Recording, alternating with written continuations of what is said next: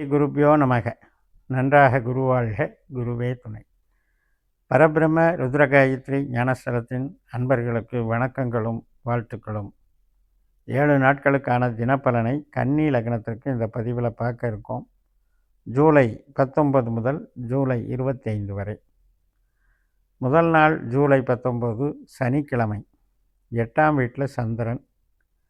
உண்மையான சந்திராஷ்டமம் என்பது லக்னத்திற்கு 8ல் சந்திரன் போகிறது தான்.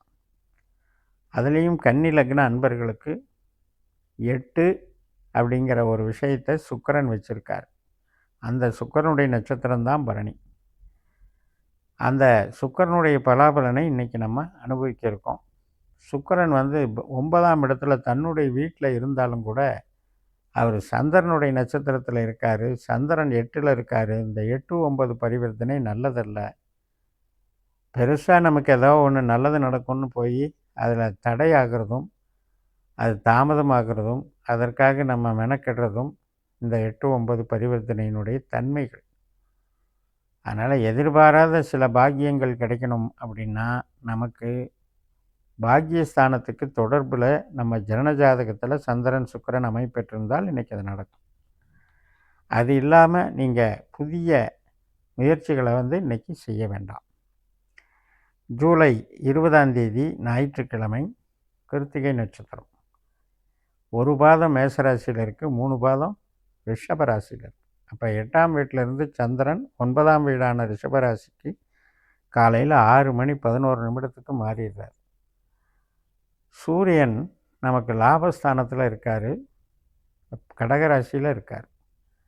அதனால் மனசுக்கு எதிர்பார்த்த ஒரு நல்ல பலன், எதிர்பார்த்த நிகழ்வுகள், எதிர்பார்த்த மகிழ்ச்சி, எதிர்பார்த்த உறவுகள் பலப்படக்கூடிய நல்ல நாள். ஒரு புதுசாக ஒரு ஒப்பந்தம், கான்ட்ராக்டு, ஒரு புரிந்துணர்வு, ஒரு தொழில் பலம், இதையெல்லாம் கொடுக்கக்கூடிய ஒரு நல்ல நாள். அனைத்து விதமான சுபகாரியங்களுக்கும் சிறப்பாக நமக்கு சான்ஸு கொடுக்கும், சூழல் அமைச்சு கொடுக்கும். அந்த வகையில் நல்ல நாள். மறுநாள் ஜூலை 21 திங்கட்கிழமை ரோகிணி நட்சத்திரம், சந்திரனுடைய நட்சத்திரம். இந்த சந்திரனுடைய நட்சத்திரங்கள் தான் நம்ம லக்னத்தில் அஸ்தமாக இருக்குது, 5ஆம் இடத்துல திருவோணமாக இருக்குது, 9ஆம் இடத்துல ரோகிணியாக இருக்குது. அந்த இடத்துல சந்திரன் பலம் பெறும்போது இறையருள் நமக்கு பரிபூரணமாக கிடைக்கும். நல்ல பெரியவர்களுடைய ஆசீர்வாதங்கள் கிடைக்கும். குருவருளும் திருவருளும் என்று சொல்வது போல நம்முடைய கலை, ஆன்மீகம், பண்பாடு, கலாச்சாரம், நம்முடைய ஈடுபாடு, குழந்தைகளோட மகிழ்வு, உறவுகளோட மகிழ்வு, புது சுபகாரியங்கள், திருமண காரியங்கள், நல்ல நிகழ்ச்சிகளுக்கெல்லாம் சாதகமான நல்ல நாள். கோவில் கோபுரத்தை தரிசனம் பண்ணுறதும், அருவிகள் இருக்கிற இடத்துல போயிட்டு வர்றதும் இன்றைக்கி மிக மிக சிறப்பை தரும்.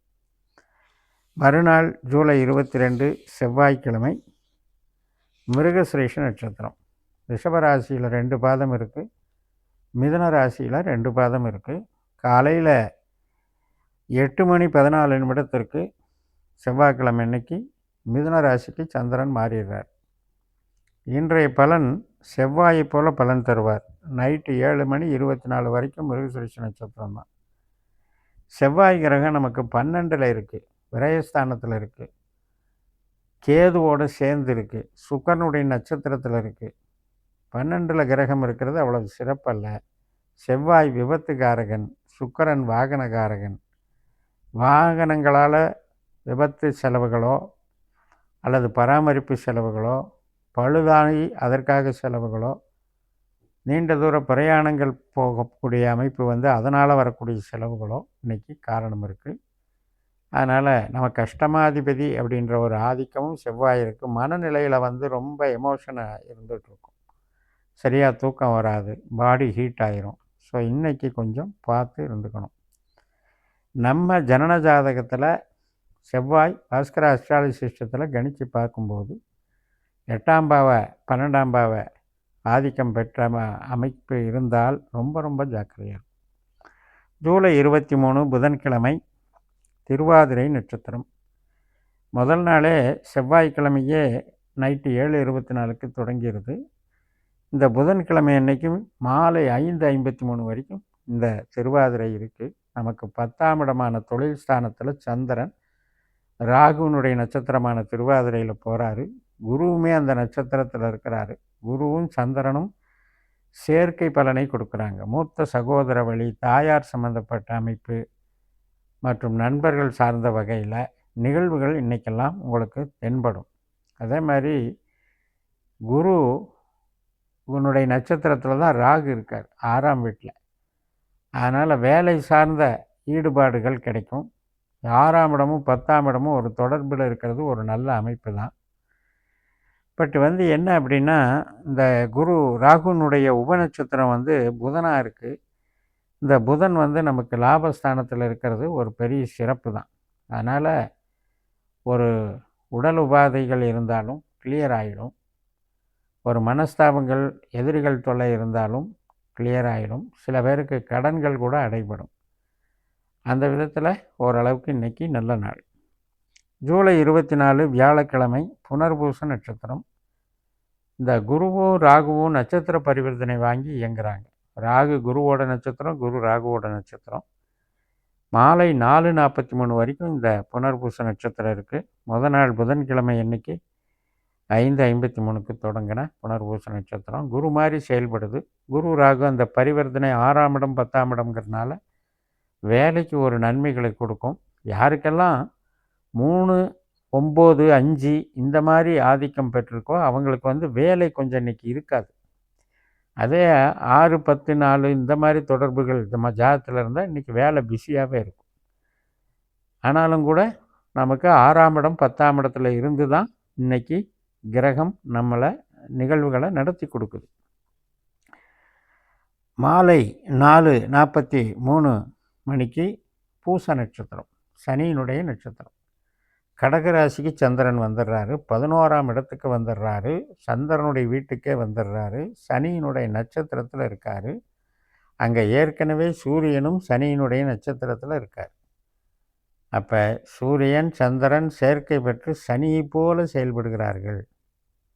சனி 7ஆம் வீட்டில் நமக்கு மீனராசியில், அவரும் சனியினுடைய நட்சத்திரத்தில் இருக்காங்க. அதனால் இது உறவுகள் சார்ந்த நன்மைகளை கொடுக்கும். புதிய உறவுகளை ஏற்படுத்தி கொடுக்கும். சந்தோஷத்தை கொடுக்கும். ஒரு என்டர்டெயின்மெண்ட்டை கொடுக்கும். குழந்தைகள் சார்ந்த வகையில் மகிழ்ச்சியை கொடுக்கும். குழந்தைகளுக்கு நடக்கக்கூடிய சுபகாரியங்கள் நல்ல பலனை கொடுக்கும். அப்படிப்பட்ட சனி மாலை 4 மணி வரைக்கும் இருக்குது. வெள்ளிக்கிழமை ஜூலை 25 வெள்ளிக்கிழமை மாலை 4 மணி வரைக்கும் இருக்குது. அதனால் இந்த சனி என்பவர் நம்ம ஜனன ஜாதகத்தில் 8ஆம் பாவ 12ஆம் பாவ தொடர்பு இல்லாமல் இருந்தால் இன்றைக்கு உறவுக்கும் நல்லாயிருக்கும், அகம் சார்ந்த விஷயத்துக்கும் நல்லாயிருக்கும், தொழில் சார்ந்த விஷயத்துக்கும் நல்லாயிருக்கும். அப்படி ஒரு அருமையான நாளாக இன்றைக்கு அமைகிறது.